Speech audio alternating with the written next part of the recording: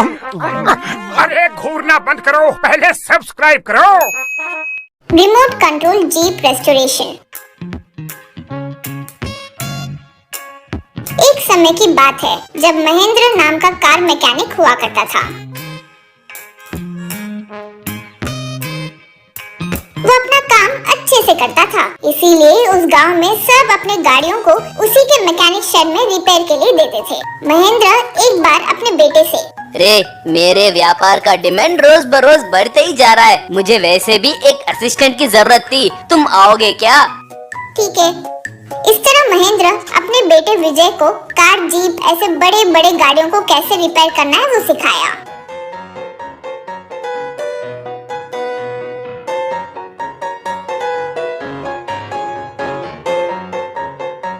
एक बार विजय जब काम कर रहा था तो एक अमीर लड़का अपनी स्पोर्ट्स कार में आकर, ए भाई, कार डोर ठीक से बंद नहीं हो रहा है, जरा देखना।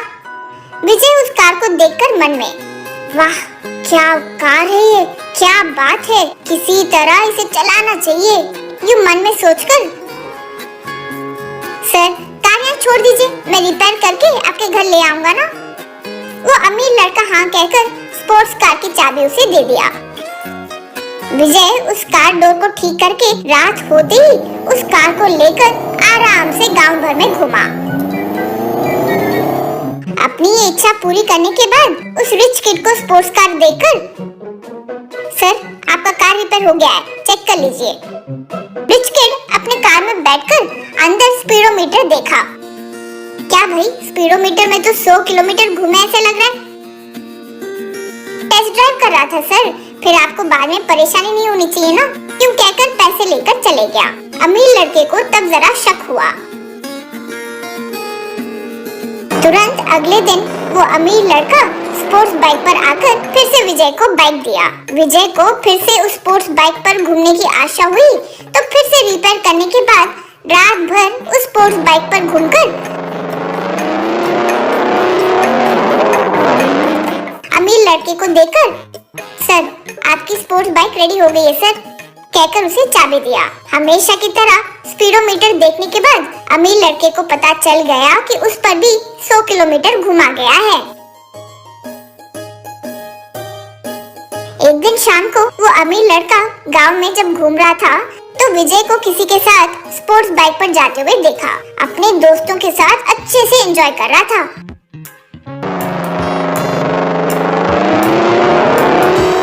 अमीर लड़के को विजय पर शक बढ़ गया, तो उस दिन से वो उस पर गौर करने लगा। उस दिन शाम को हमेशा की तरह विजय अपने गैराज में आए कार को टेस्ट ड्राइव के बहाने अच्छे से एंजॉय करते हुए देखकर, ओहो तो ये करता है ये, इसे किसी तरह सबक सिखाना होगा, यूं सोचकर अपने घर में एक पुराने रिमोट कंट्रोल जीप को लेकर आया और अगले दिन विजय को देते हुए, विजय ये एक पुरानी जीप है, बचपन से ही ये मुझे बहुत पसंद है, इसे किसी तरह रिस्टोर करके देना होगा। सर आप मुझ पर छोड़ दीजिए, मैं देख लूंगा ना, कहकर उस दिन सुबह से रात तक मेहनत करके उस जीप को रिस्टोर किया।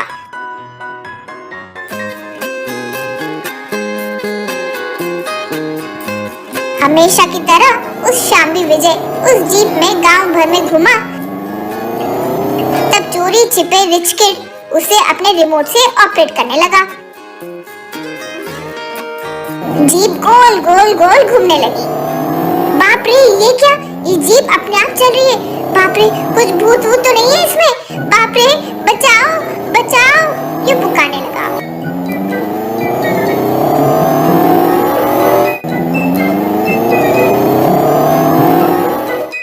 वो अमीर लड़का तब उस रिमोट कंट्रोल से जीप को सीधा कीचड़ में डाल दिया। विजय उस कीचड़ में जा गिरा। वो अमीर लड़का तब आकर, क्यों रे विजय, हम सब तुम्हें कार रिपेयर करने देते हैं तो उन्हें रिपेयर करके तुम आराम से गांव भर में लेकर घूमते हो, टेस्ट ड्राइव के नाम पर हमारी कार से खेलोगे। मुझे सबक मिल गया सर, मुझे माफ करिए, मैं फिर से कभी दोबारा नहीं करूंगा।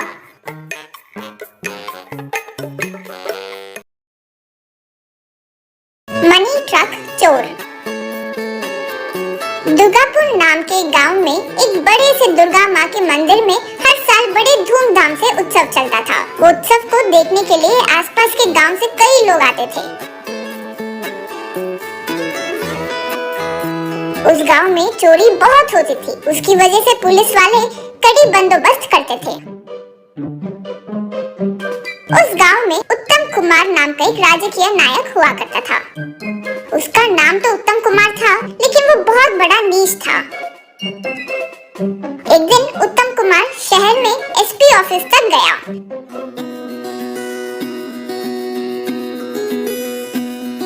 उत्तम कुमार एसपी रंजित कुमार से, देखिए एसपी जी, इस साल आपका पूरा बंदोबस्त दुर्गा मंदिर के पास होना चाहिए। कोई भी चोरी वगैरह नहीं हो सकती। कहते हुए उसे चुनौती दिया।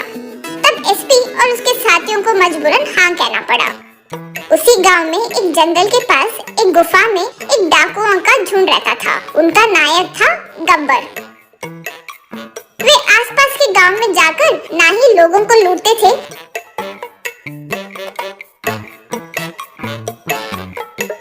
बल्कि जंगली पेड़ को काटकर हाथी से अपने गुफा में उसको लेकर आते थे और फिर उनकी स्मगलिंग करते थे।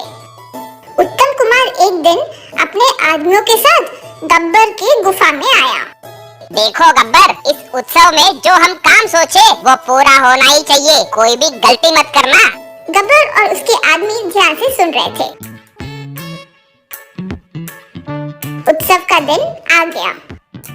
उस दिन एक बड़ा सा ट्रक उस गांव के पास वाले घाट रोड पर चल रहा था।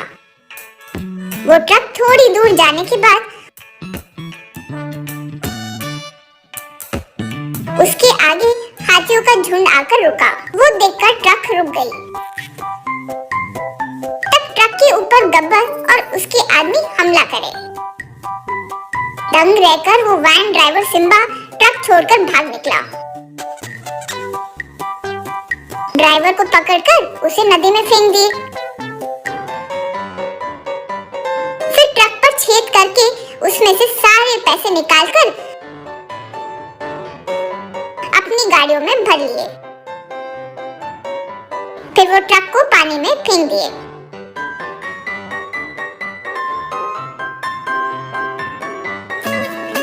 कुछ दिनों बाद एसपी रंजित कुमार अपने एस्कॉर्ट के साथ उत्तम कुमार के घर आया। देखिए उत्तम जी, आज आपकी कहानी पूरी हो गई। इतने समय से जो आप खेल खेल रहे थे उसे पर्दाफाश हो गया है। चलिए पुलिस स्टेशन। क्या बात कर रहे हो रे? मैं कौन हूँ जानते हो? मैं इस एरिया में सबसे बड़ा राजकीय नायक हूँ। मुझसे पंगा लोगे तो क्या होगा जानते हो? 10 मिनट में तुझे यहाँ से ट्रांसफर कर दूंगा। क्या समझ रखा है? हाँ?